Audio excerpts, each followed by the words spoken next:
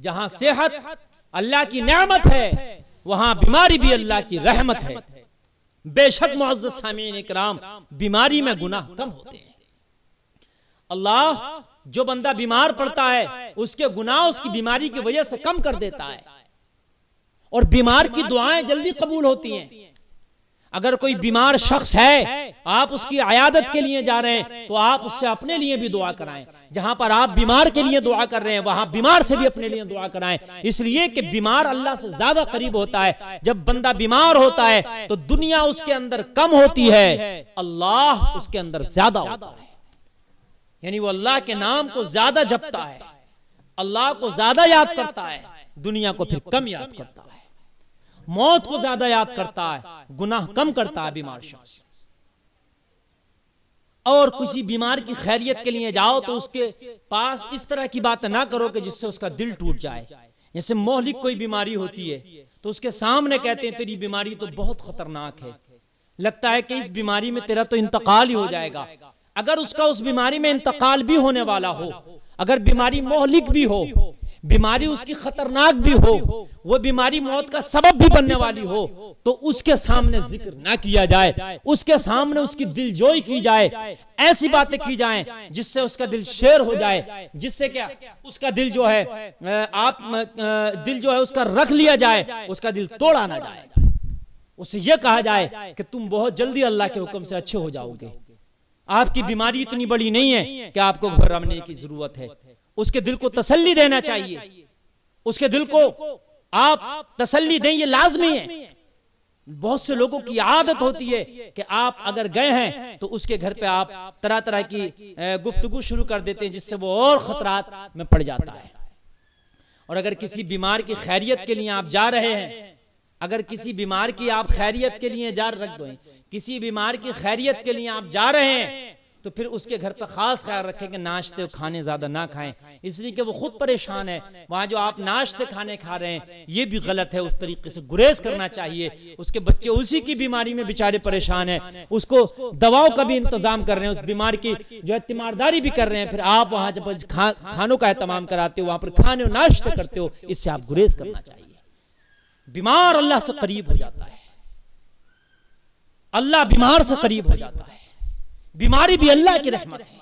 बीमारी में गुनाह धुल जाते हैं, बीमारी से गुनाह झड़ जाते हैं। जैसे कि मौसम खज़ा में दरख्तों के पत्ते झड़ते हैं, ऐसे ही बीमारी में गुनाह झड़ते हैं।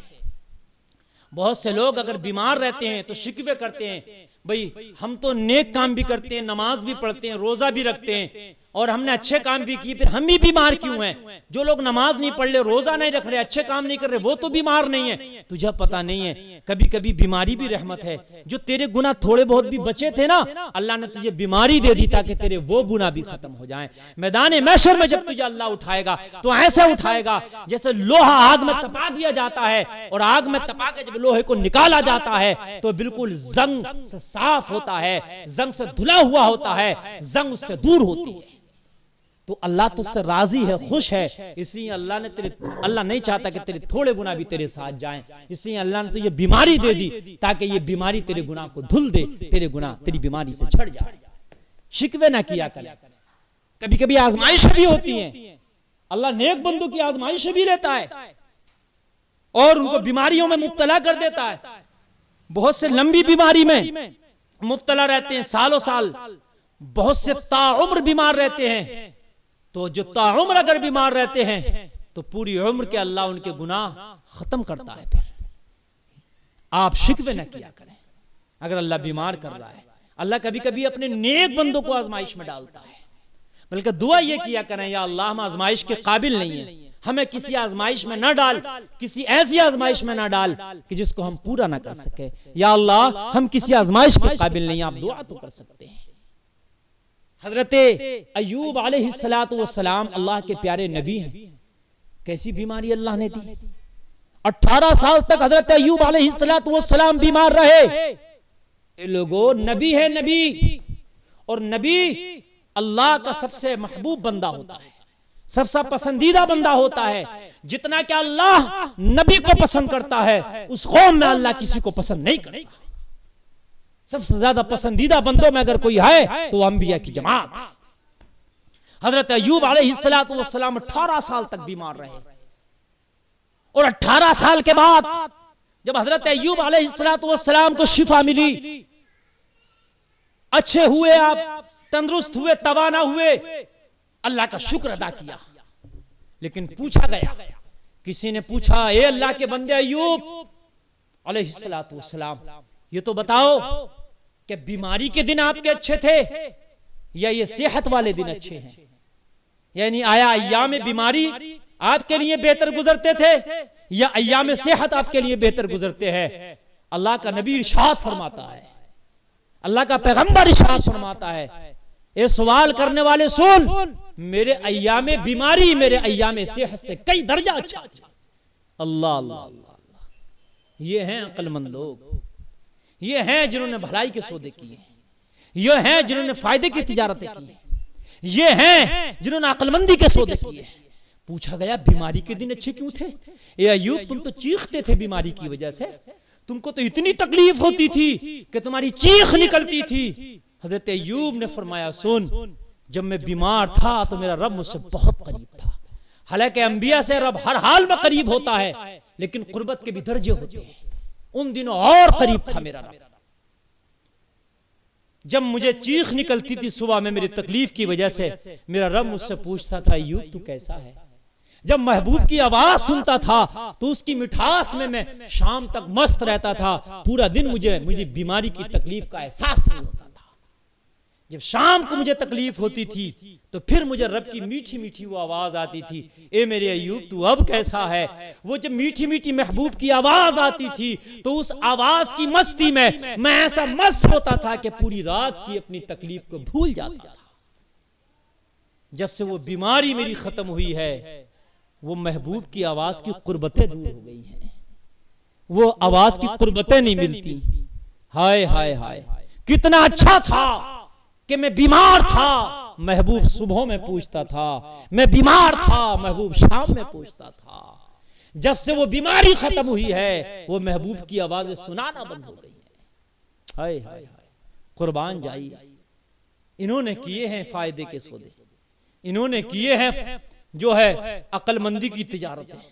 हम तो जरा से उसमें शिकवे करने लगते हैं, शिकायतें करने लगते हैं। लेकिन यहां पर एक बात का खास ख्याल रखें, बहुत से लोग सब्र अय्यूब वगैरह एक किताब है, इस तरीके की किताब आती हैं जो जिनका कोई एतबार नहीं है, जो किताबें काबिल कबूल नहीं है। उनमें बहुत सी किताबों में हजरत अय्यूब अलैहिस्सलाम के जिस्म में कीड़े पैदा हो गए थे और वो कीड़े गिरते थे तो वो इन कीड़ों को उठाकर अपने जिस्म में डालते थे और कहते थे, अल्लाह ने तेरी ग़िज़ा का इंतजाम मेरे गोश्त में, मेरे जिस्म में किया, आ मेरे जिस्म में मेरे गोश्त को खा। ये रिवायत गलत है, ये मनगढ़ंत रिवायतें हैं, ये मौजू रिवायतें हैं। अल्लाह के नबी का जिस्म, अल्लाह के नबी का बदन, अल्लाह के नबी का गोश्त ना दुनिया में जमीन के ऊपर गलता है, न विसाल के बाद कब्र के अंदर गलता है।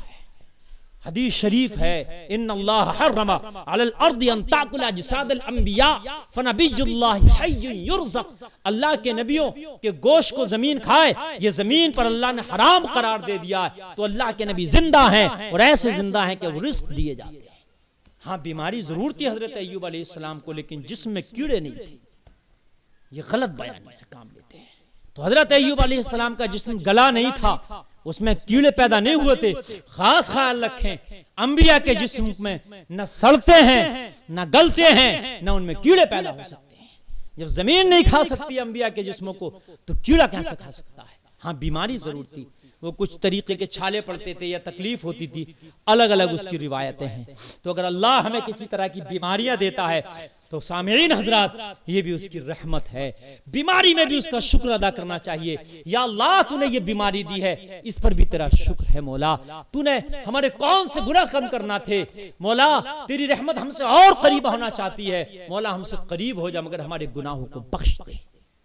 जैसे कि मैंने आपसे बतलाया, अर्ज किया आपकी बारगाह में कि बीमार आदमी के लिए जहां पर आपको दुआ करना है, वहां बीमार से भी अपने लिए दुआ कराना। बीमार की दुआएं जल्दी कबूल होती हैं, ऐसी मुसाफिर की दुआएं जल्दी कबूल होती हैं, ऐसी बच्चों की दुआएं जल्दी कबूल होती हैं।